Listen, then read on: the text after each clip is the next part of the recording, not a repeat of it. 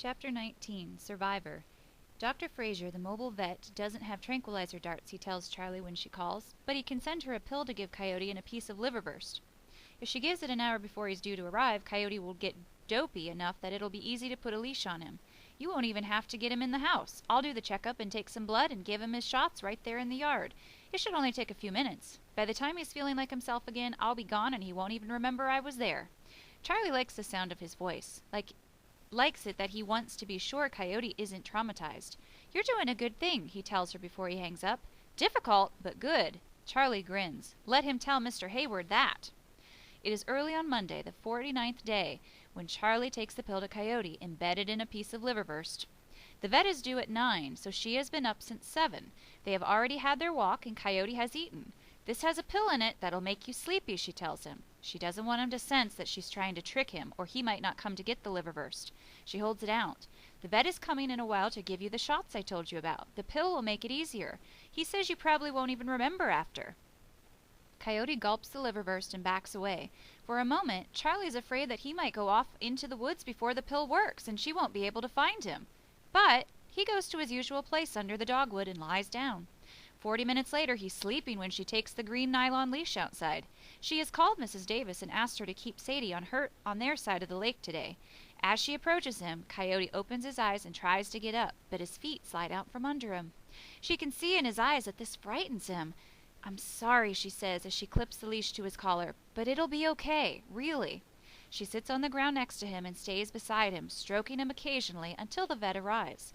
When the van turns into the drive, Coyote struggles to his feet and tries to run, but he can't control his legs and he quickly sinks back to the ground. Dr. Fraser, a pudgy, smiley man with a shock of unruly red hair, turns out to be as quick and efficient as he is kind. It is all over, as he promised, in a few minutes. He's a healthy, handsome dog, he tells her as she removes the cloth muzzle he has put on just to be safe, and pats Coyote on the head. Chow and Shepherd, probably. About 2 years old, I'd say.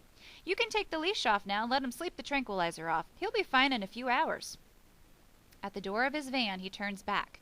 I'll give you a call when the lab work's done. Then we can talk about what else he might need. Coyote stays dopey and confused, wobbling when he tries to walk, till the middle of the afternoon, and Charlie feels like a traitor. But she puts the rabies tag on his collar, feeling a sense of real triumph. Coyote is legal now, officially a member of the Morgan family, a connection that will be recorded by the county. It is day 50, and Coyote is completely back to normal when Dr. Fraser calls. Listen now, Charlie, he says, when Sarita hands her the phone. I don't want you to get upset. A chill runs through her. He wouldn't warn her if this was good news. Coyote has heartworms. Heartworms, Charlie thinks. She's heard of heartworms. They kill dogs. She wants to put down the phone, leave the room, and stop this conversation. You're not to worry, the vet says in his hearty, cheery voice. We can treat him. It's not the pleasantest treatment in the world, and it takes a long time, but he's a survivor. He's proved that. And he's young and healthy. I'm sure he'll come through just fine. We can do the whole thing there at the house. The only problem with this dog will be keeping him quiet after the treatments. Keeping him quiet? How will we do that? He chases squirrels and deer, and he won't come in the house. There is a pause. Charlie can feel her heart pounding. We don't want to wait too long, but we can wait a month or two to start the treatment. You can work together on taming him. On one way or another, we'll manage. Charlie takes a long, shaky breath. So this treatment is all he needs. Except for neutering. We won't be doing that until we're sure he's free and clear of worms, about a year from now. Remember, Charlie, he's a survivor. Later, when Charlie tells her father, he shakes his head. I'm sorry, kiddo, that's rough, but if the vet says the dog's healthy enough to survive the treatment, you can probably take his word. She's afraid when she tells him how much the treatment will cost, he'll refuse. But he only sighs. I told you there was no such thing as a free dog. We could take a week's vacation for that kind of money. As if Paul Morgan would ever take a vacation, Charlie thinks. Sarita calls from the kitchen. A week? That dog's given Charlie the whole summer so far. Seems worth it to me. It is the first time that Sarita has ever offered an opinion on anything. All right, all right. I never said he wasn't worth it. Her father reaches over to pat Charlie's arm. Don't worry. If this dog wasn't a survivor, he wouldn't have made it this long. Charlie wakes up the next day with the image of Tree in her mind. Survivor, she thinks. What she wants to do today is visit Tree. She doesn't know how to find him from the trail, but he's easy enough to see from the water. Instead of putting on her hiking clothes, she dresses in shorts and sandals and tells Sarita she's going out in the canoe. Then she clips on her waist pack with biscuits and liver pieces in it and goes outside to call Coyote, who is lying at the end of the driveway. He comes down the drive all smiles and wags and prance, his collar and tag jingling, and stops just far enough away that she can't touch him. "We're having a boat walk today," Charlie says. At the word walk, he starts frisking and bouncing, giving little yelp barks as he heads back up towards the road. "No," she calls. "Boat walk. Come this way." She walks around the house and down the gravel path toward the dock. Coyote follows, his tail only half wagging, keeping his distance. This is not the pattern he's used to. "It's still a walk," she tells him, "except that I'm going in the boat and you're going on land." She isn't sure this will work, but it's worth a try. Her mother's green canoe, the name Dragonfly painted on its bow, is upside down on the bank, where it was lain untouched for 2 years.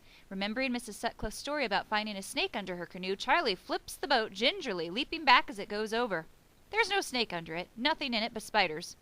From the dock box, she gets a paddle and 2 swim noodles to take along as emergency flotation devices. Coyote is sitting at the top of the path to the dock, watching her warily. Holding the bowline, Charlie pushes the canoe down the slope of the hill into the lake, pulls it close, and steps in. Her leg gives a twinge as she pushes off, but the pain is so brief it's easy to ignore. "Come on," she calls to Coyote when she's settled. She paddles out into the water. "Follow me! Boat walk!" She angles to the right and heads around the bend to the shallow end of the lake. Coyote watches a while and then trots down to the edge of the lake and begins to follow, weaving through the trees and bushes along the shore. When he reaches Mr. Garrison's yard, Coyote goes up for a visit with Jasmine and Bernie in their pen, all 3 of them running back and forth along the fence and barking. Then he runs back to see where Charlie is and follows her on past the last lot that has only a storage shed and a ramshackle dock. Tree is directly across from this dock, but instead of paddling straight across the lake, Charlie follows the shore so that Coyote can stay with her. He comes to the lake edge every so often to see where she is, but most of the time he's off on his own in the woods, just like on any other walk. At this end of the lake, it's easy to see where the original creek wound down into the gully that has become Eagle Lake. The water here is so shallow that Charlie can see schools of minnows rushing back and forth over the bottom.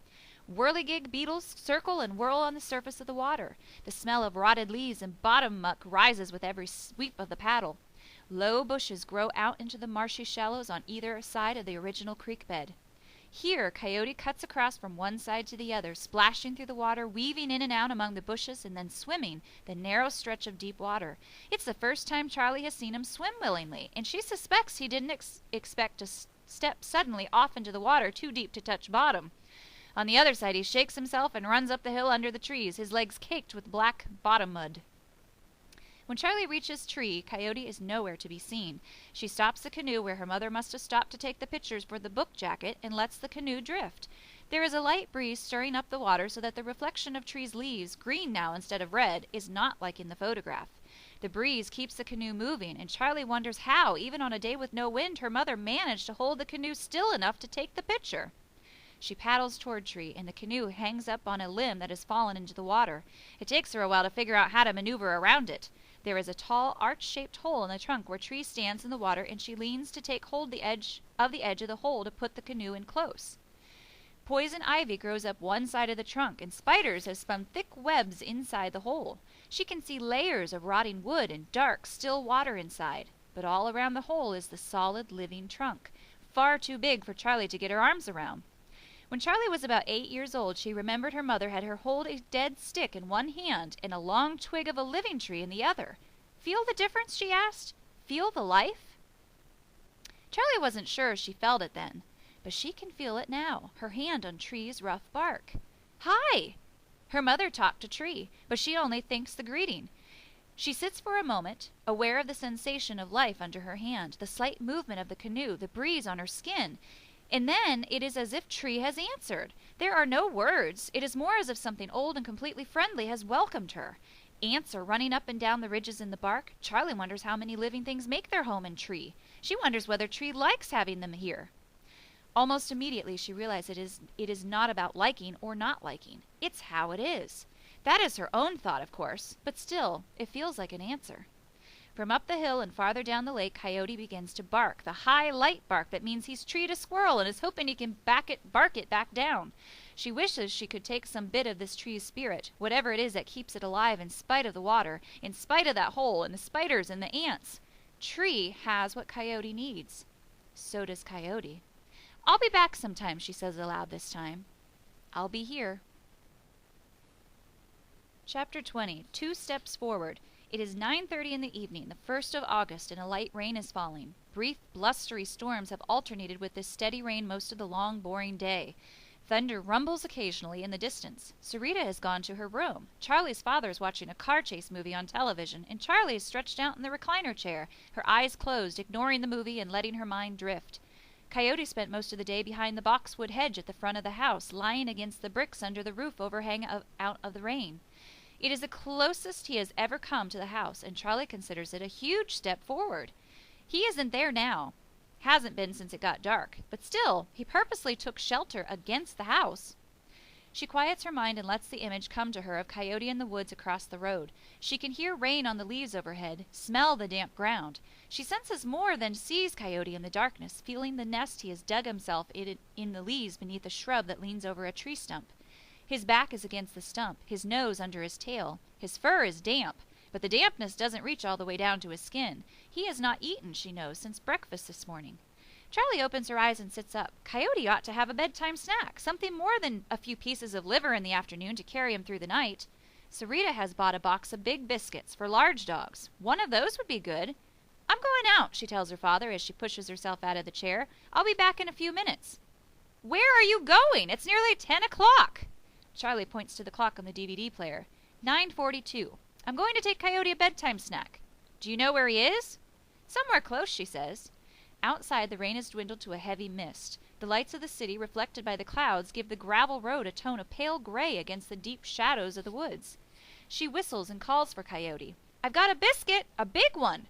Then she stands very still and listens. Distant thunder growls. Water drips from the trees. She calls Coyote again, mentions the biscuits again. Nothing. She whistles 2 more times and is about to whistle again when she hears movement among the trees. She calls again. In a few moments, a shape, pale in the darkness, materializes out of the trees. Coyote moves across the road and stands a few feet away, his tail waving. He has come when she called. Out of the woods. At night. Good dog. I brought you a bedtime snack. She holds out the biscuit and says, sit, as she always does with Sadie. He stands for a moment, looking up at her, and then, to her complete astonishment, he sits. She gives him the biscuit. He crunches down on it, and pieces fall to the ground. He swallows the first bit, then stands up to get the other, picking them up from the road one at a time. When he has gotten the last crumbs, he doesn't immediately bolt back to the woods. Slowly and gently, Charlie reaches to pat him on his head. He allows her to do this, his tail moving slightly. Charlie has an idea suddenly. So radical is this idea that she stands for a moment, trying to decide whether it's even possible. Yes, it is. Stick around, she says to Coyote. I'm going to get you some liver. She turns and hurries back to the house, leaving Coyote at the edge of the road. Inside, she piles a handful of liver pieces onto a saucer. Then she changes into her sleep t-shirt and gathers sheets, a light blanket, and a pillow from the linen closet. I'm trying an experiment, she tells her father as she heads for the stairs, the saucer of liver balanced on the pile of linens in her arms. Sarita, she calls as she starts down, holding the railing and moving carefully to keep from dropping anything. Is it okay if I come through your room? Sure, what's up? Sarita is in her bed, reading. I'm going to spend the night in Mom's studio. Sarita puts down her book. You're going to what? I'll explain tomorrow. Is it okay that if I use your bathroom in the night? Of course. At the closed door of her mother's studio, Charlie stops for a moment. Can she do this? Yes, she decides. Yes, it's the only way. She turns on the light at the wall switch, closes the door behind her, and goes to the daybed under the farthest window. Setting down the liver, she dumps the linens on the floor and begins moving the boxes from the bed to the work table, putting them on the floor underneath it. When she spreads the sheets and blankets on the bed and settles the pillow in place, she surveys the room, trying to see it through Coyote's eyes. Too bright. Charlie turns on the desk lamp and switches off the overhead lights. Better. Then she opens the outside door and the screen, slides the metal disc in place to keep the screen door propped open, and steps barefoot outside under the roof overhang. It's raining again, and lightning brightens the sky intermittently as thunder rumbles closer. The woods of the empty lot next door are dark against the sky. Coyote! She calls up toward the road. Coyote! Liver! She puts her finger in her mouth and whistles once, twice. Then she gets the liver and stands watching and listening. Liver! Come get some liver! After a moment, Charlie hears over the sound of the rain the light jingle of the tag on Coyote's collar. He appears in the spill of soft light from the door, his ears down, rain dripping from his nose. "Liver," she says, holding a piece out to him. He looks at the house, his shoulders hunched, and then slowly, cautiously, moves forward and takes it from her fingers. Charlie backs through the open door and holds out another piece. "More," she says to him. "Come in and get it." He stands in the rain and begins to whine. "It's okay. You can come in. It's dry in here." Coyote whines again, but doesn't come. Charlie is trying to decide whether to go back and give him another piece of liver outside when lightning flashes blue, white, and thunder cracks. Coyote scuttles in through the door, snatches the liver from her hand, swallows, and then stands shivering and looking around the dim, shadowy room. Charlie discovers she's holding her breath. Coyote is inside the house. She's afraid to move, afraid he'll realize what he's done and scuttle back into the rain. Lightning flashes again and the thunder follows almost immediately. The rain is pouring now. Coyote looks from Charlie to the open door. She offers him another piece of liver, and he takes it. Still, she barely dares to breathe. She wants to go close the doors and keep him inside, dry and safe, but she knows what a closed door means to him, knows he would feel trapped the way he was in that shed. She stands watching as he checks out the room, his eyes darting back to the open door again and again. "I won't close it," she tells him. "You can stay in or go out, whatever you want. If you want some more liver, you should sit." He looks up at her and then sits.